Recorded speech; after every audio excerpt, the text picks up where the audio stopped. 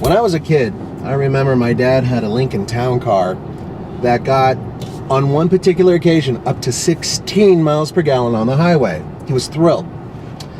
I am now driving a 2012 Chrysler 300C with all-wheel drive, with a V6 engine, and with an 8-speed automatic transmission. And it can get 27 miles per gallon on the highway. Hi, I'm Nathan with Fast Lane Car. Check out what we got for you now.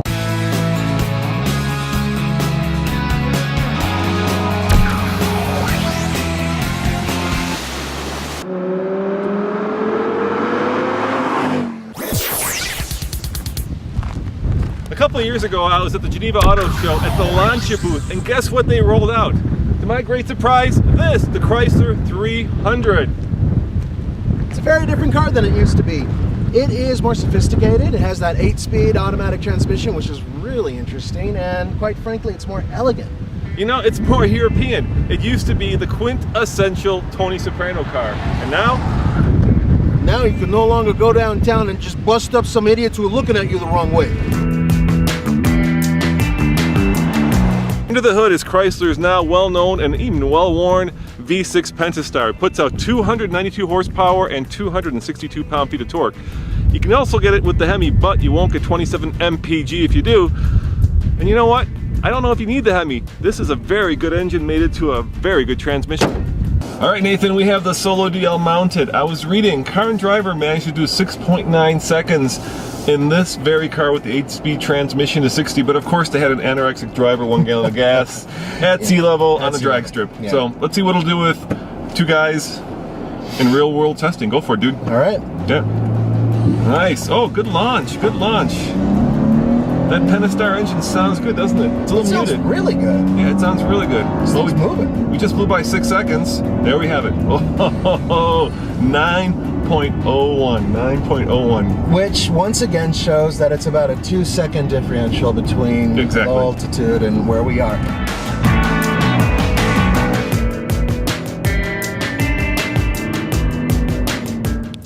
These are kind of sexy headlights. It's one of the major things that's changed in the front. If you look throughout the vehicle, you can see that the lines have changed over time. But what's important is that they've kept the same silhouette, the same very boxy, very burly 300.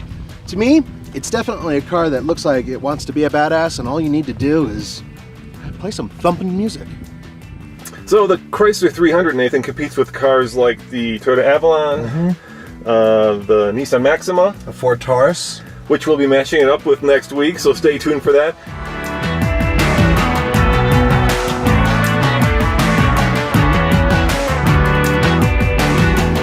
But I think it's very comfortable back here, very luxurious, and it's got a lot of cool amenities. You want to see something pippin' cool? Yeah, show me, man. I love it that car companies are now doing this more often than not. It's really cool, and it does help keep the temperature down. Hey, what happened to the seat backs? Sold them on eBay. Good.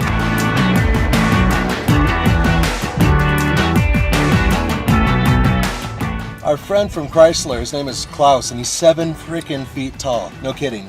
Oh, he's not 7, Nathan. He's like 6'9". 6'11.3". He was one of the guys who said we need better interiors, and indeed, this is a much better interior. Love the French stitching, love the seats, very comfortable.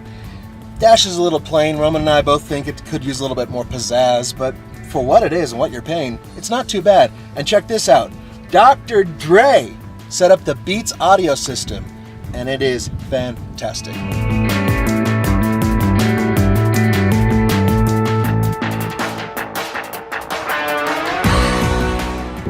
The ride is a little bit more sophisticated than I expected. I kind of thought it would be floaty, you know, because it's not the SRT8, but it's firm. At the same time, it's comfortable, and the steering weight is ideal. It is surprisingly communicative, considering what type of car it is. It's nice. All right, Nathan, obviously we fit, but that's not the question. On the TFL scale of buy it, lease it, rent it, or forget it, what do you say? I say buy it. If you're looking for a big sedan, buy it. I agree, I say buy it, especially if you want a car that combines European sophistication with American brawniness and built in Detroit know-how. As always, this is Roman. And Nathan. See you next time on the Fast Lane Car.